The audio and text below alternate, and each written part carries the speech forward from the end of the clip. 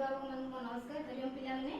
आज देख आमे तुम आम भाषा और साहित्य कौन द्वितीय भाग बड़े द्वितीय भाग में कौन अच्छी पिला माने प्रार्थना प्रार्थना कौन तुम मैंने जान प्रार्थना कौन आम कौन सब भगवान पाखे प्रार्थना करूँ कौन आमर जहाँ आमको जहाँ दरकार कौन ताहा आम भगवान पाखे प्रार्थना करके मांगू तो कौन आम पिला ये देख यहाँ किए लिखी प्रार्थना को ना रामकृष्ण नंद लिखिं तो पिला कौन प्रार्थना कौन तुम कौन प्रार्थना मांगो ना ना मुझे भल पाठ पढ़ी परीक्षा भल नंबर आनी ये तुम भगवान पाखे सबुदिन मांग जमीक से आम स्कूल जाकर प्रार्थना करूँ हाँ कि नहीं तुम स्कूल प्रार्थना हुए ना से देख ये भी गोटे प्रार्थना रही जो कि स्कूल में बोला जाए तो कौन पिलाने ये प्रार्थना को तुमको सुंदर कर गायकी पढ़े तुमने शुण देख कौन लिखाई आहे दयामय विश्व बिहारी घेन दया बही मोर गुहारी जल स्थल वन गिरी आकाश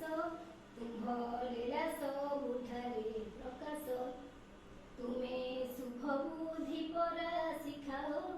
तुमे भल बाट परा देखाओ मोर काम को कर सरस मोर मुखे दिय चिर भरस तुम्हे चरण रे मोर भक्ति दिय विपदे साहस सकति कुट कपट स्वभाव जाहार तांकु दुरुमु करई जुहार मते नमिषाओ तांको साथी रे सदा रख साधु जन कितरे दया विनय हेउ मो भूषण काहा मने न दिए हसण दुखी अरखित सेवा कारणे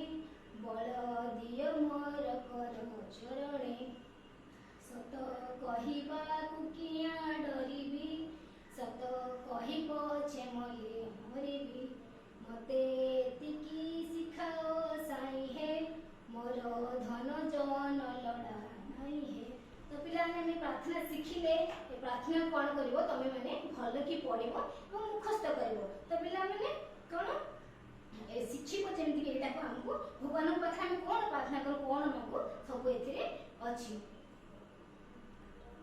तो पिला ने देखो आमे प्रार्थना शिखिले एबे हमने तुम देखो एठी अछि कृषक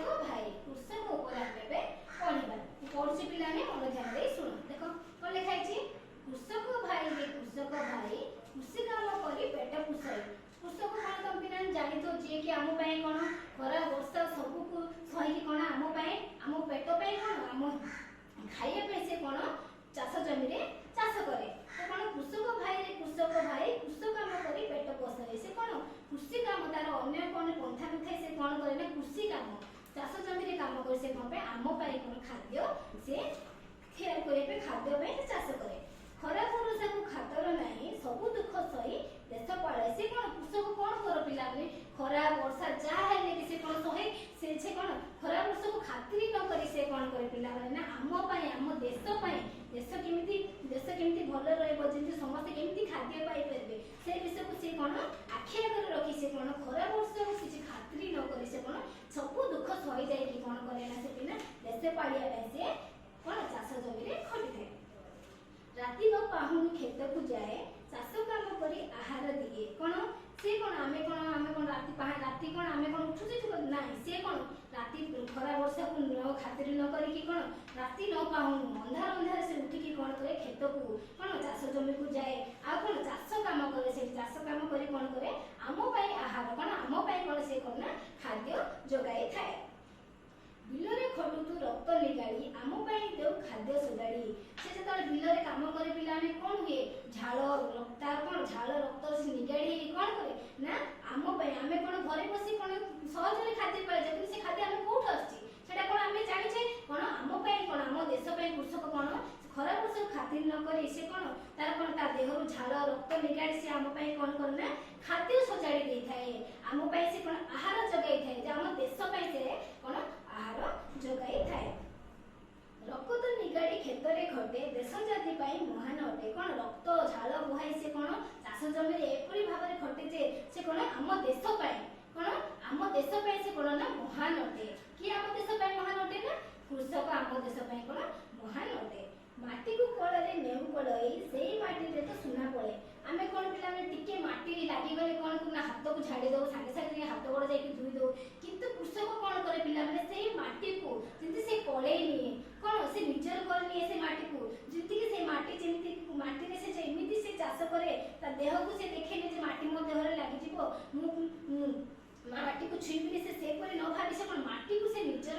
କରିଦେଇ ସେ କଣ ସେ ମାଟିରେ ସେ ଲାଗି ପଡେ କଣ ଚାଷ କରିପାରେ, ଯୋଉଥିରେ କି ସେଟା କଣ ସେଇ ମାଟି ତ ସୁନା ଫଳ ହୁଏ। ସେଇ ମାଟିରେ କଣ ହୁଏ ପିଲାମାନେ ଆମେ ଯୋଉ ଖାଦ୍ୟ ଖାଉଛୁ ସେଇ ଖାଦ୍ୟ ଫଳେ, ଯୋଉଟା କି ଯାହାର ପରିଶ୍ରମ ଲାଗି ସେଟା ନା କୃଷକର ପରିଶ୍ରମ ଲାଗି ଆମକୁ ଖାଦ୍ୟ ମିଳେ। ସୁନା କ୍ଷେତ୍ର ଦେଖି ନାଚେ ତ ମନ, ସେ ସୁନା ତ ପାଇଁ ଆଣେ ସପନ। ଯେତେବେଳେ ପିଲାମାନେ ଆମେ କଣ ବର୍ଷ ସାରା ଯେତେବେଳେ ଆମେ ପାଠ ପଢିବା, ପାଠ ପଢିକି ଯେତେବେଳେ ଆମେ ଏକ୍ଜାମ ଦେବା, ଏକ୍ଜାମ ଦେଲା ପରେ ଆମର ଯେତେବେଳେ ରେଜଲ୍ଟ ଭଲ ଆସିବ, ଆମେ ଯେମିତି ଖୁସିରେ ହଉଛୁ ଆମ ପାଠ ଆମେ ଯାହା ପରିଶ୍ରମ କଲୁ ତାର ଫଳ ଆମକୁ ଭଲ ମିଳିଲା, ସେ ଆମେ ଭାବୁଛେ କି ନାଇଁ, ଆମେ ଭାବିକି ଆମେ ଖୁସି ହଉଛେ। ସେଇଭଳି କୃଷକ କଣ ଯୋଉ ବର୍ଷ ଯାକ ଯୋଉ କ୍ଷେତରେ କାମ କରେ ସେଇଠି କଣ ଯେତେବେଳେ ସେ କ୍ଷେତରେ ଯଦି ଫଳ ଫଳେ ସେତେବେଳେ କଣ କରେ ସୁନାରେ କ୍ଷେତ ଯେତେବେଳେ ଫଳ ଫଳେ ତା ମନ କଣ ନାଚି ଉଠିଥାଏ, ସେ ଖୁସିରେ ନାଚିଥାଏ, ଯାହା ମୋ ପରିଶ୍ରମର ଫଳ ମତେ ମିଳିଲା। କଣ ସୁନା କ୍ଷେତ ଦେଖି ନାଚେ ତ ମନ, ସେ ସୁନା ତ ପାଇଁ ଆଣେ ସପନ। ତା ମନରେ ଯୋଉ ସ୍ୱପ୍ନ ଥିଲା ସେଟା ଯୋଉ ପରିପୂର୍ଣ୍ଣ, ଯାହାକି ଯେ ଏତେ ବର୍ଷ ଯାକ ଯେ ଖଟିଲା ଯେ ଯାର ପରିଶ୍ରମର ଫଳ ତାକୁ ମିଳେ। ଯେତେବେଳେ କ୍ଷେତରେ ଯେ ଫଳ ଫଳେ ସେ କଣ ତା ମନ ଆନନ୍ଦରେ ନାଚି ଉଠେ। ସପନ ସାକାର ହୁଏ ଯେବେ ଶ୍ରମ ତ ସାର୍ଥକ ହୁଏ ତେବେ। ମୁଁ ଏବେ କହିଲି ପିଲାମାନେ ଯେମିତି ତମମାନେ ବର୍ଷ ସାରା ପାଠ ପଢିକି ଏକ୍ଜାମ ଲେଖିଲା ପରେ ଯେ ରେଜଲ୍ଟ ବାହାରେ, ଯେତେବେଳେ ତମକୁ ଭଲ ପରୀକ୍ଷା ରେଜଲ୍ଟ ମିଳେ ତମମାନେ ଖୁସିରେ ଫାଟିଯାଅ, ସେଇପରି କୃଷକ ବର୍ଷ ସାରା ଯେମିତିକି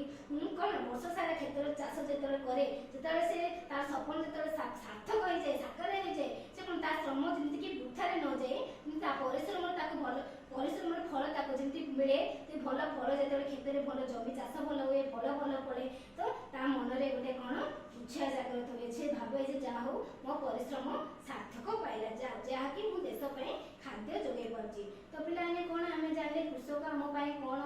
ସବୁ କେତେ ପରିଶ୍ରମ କରିକି ଆମ ପାଇଁ ଚାଷ ଜମିରେ କାମ କରେ, ଯାହା ପାଇଁ କି ଆମେ